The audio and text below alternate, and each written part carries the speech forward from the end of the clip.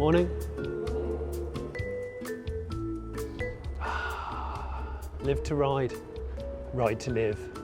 Now this is a very unusual fully charged episode because as you can see I'm not driving a car, we're on two wheels. We're riding a motorbike. This is called the Motochimp. This is something that appeals to me hugely. I am on private property, viewers, which is why I'm not wearing a helmet. I'm at Williams, the F1 team and engineering works, because there's a connection between this bike and Williams, believe it or not. I will explain that later. I'm very excited because I've been wanting to ride this thing for a long time. I have a bit of an interest, a bit of a fetish for small motorcycles, but specifically ones that can fit into the boot of cars. Then you can drive somewhere and then you can just reach into the boot, grab a motorbike and have another journey. And that's where this comes into its own. This is a little motorcycle made by a company in Singapore called Vanda Electrics, who historically make BMS's, battery management systems, and I think control systems, but they've just branched out into the motorcycle and also the car world. It's just a really jolly thing, and what I love about this, and the reason why we all agreed that it should be on fully charged, is because it's got charisma. It's a vehicle which has something about it. It has cheeky charm, doesn't take itself too seriously, and that is what Vanda Electrics wanted. They wanted to create an urban, zero-emission motorcycle that you could fit in your flat, you can put in the boot of your car, you could probably take it on a train, but it has some really neat features which I'll start to go through. It's impossible not to be blown away by it just because it's so hilarious. But the thing about the Motochimp is there's actually a lot of substance to it. This is a stainless steel and aluminium frame. It kind of looks like a travel toothbrush or something like that. It's very weird. And in the back here, you twist and you pull out the battery pack. So in here is the lithium-ion battery pack, and then you've got the controller and the BMS. All the gubbins lives in here. This is the key. You wipe it over that red dot there and it makes the bike switch on. You can have more than one of these, so that is your key. It's just a twist and go. Look, it's an automatic transmission, twist and go. You've got disc brakes here, which look like disc brakes off a mountain bike. Solid wheels. It's an in-hub electric motor on this, 48 volts, 350 watts. LED lights, of course. You've got four little switches just on the bars here. Can you see? One of them's a horn. That one. One of them is the headlight. Then indicator left, indicator right. Press it again to cancel it. Really neat. Look at these. Beautiful. And there, can you see this tiny little dash readout? This is the lights denominate how full your battery state of charge is. I'm half charged, I think. And then this is a digital speedo when you're going along in kilometers per hour. The handlebars at the moment are like a BMX, really. You've got 4 Torx bolts. Slacken those off and it'll come down, but the production version of the Motochimp, they reckon, will either be able to break the bars down, quick release, or some other method, which makes it even better, because then it will go from being a metre high to being about half a metre high. This is a metre long. It's about 60 centimetres wide, including the bars. So it's not a very big thing. And they reckon the production ones will probably be about 35 to 40 kilos in weight. This one's more, but I could still put this in the boot myself of the car. And if you come around here, Lynn, this is the name of the 9-year-old girl that sketched this bike, and that's what inspired the creation of the Motochimp.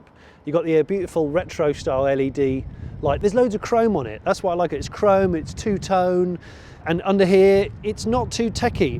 You just release this, you've got a 3-pin plug, you plug it in, 1 hour, it's fully charged. It'll do about 40 miles on one charge. And they say the production version in here is going to have a phone charger.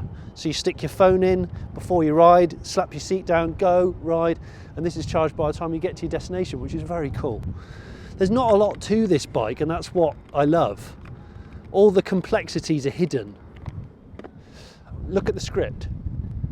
Beautiful retro style script. It's going to come in 3 colours, blue, yellow, and this one, red. The great thing about the pegs is they're rearward facing, so for tall people with long limbs like me, instead of sitting like that with frog legs, with your knees poking out, it's actually very ergonomic, because you can sit more upright with your feet sloping back. It's actually really comfortable, which is ridiculous given how small it is. It does 20 miles an hour, which doesn't sound a lot, but it's ample for an urban little tiny machine like this.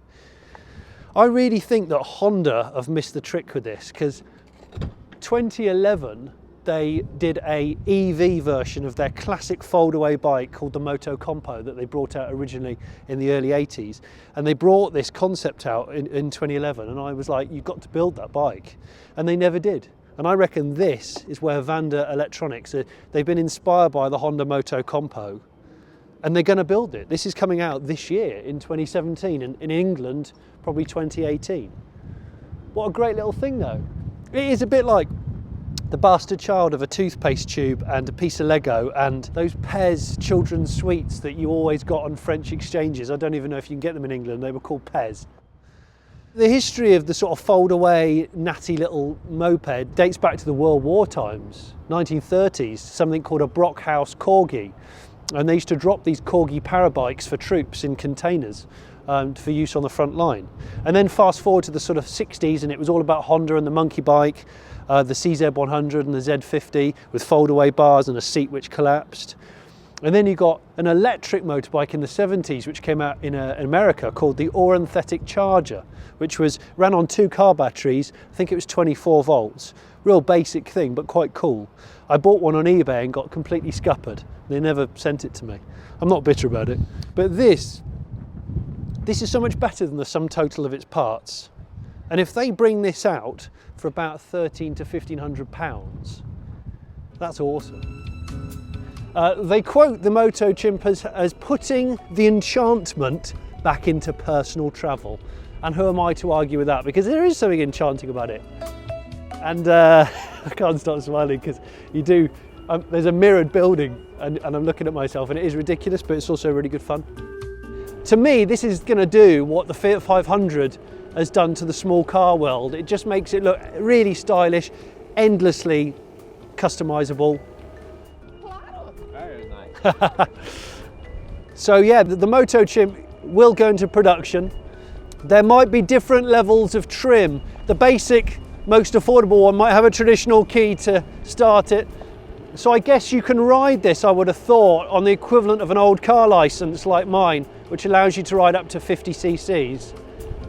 I really am quite enjoying this, despite the fact it's ruddy freezing, because on a really grey, wintry day in Oxfordshire, this is bringing some colour and actual charisma.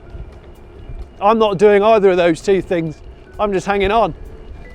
People don't take you seriously when you've got an electric motorbike, but I think it's so relaxing. You don't have to put earplugs in.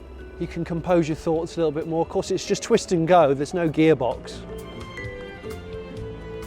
I first saw this Motochimp, or pictures of it, back in November 2016 at the Shenzhen Design Fair in China, which is where it was revealed to the world, and I just fell in love with it. I thought it was absolutely bonkers and brilliant.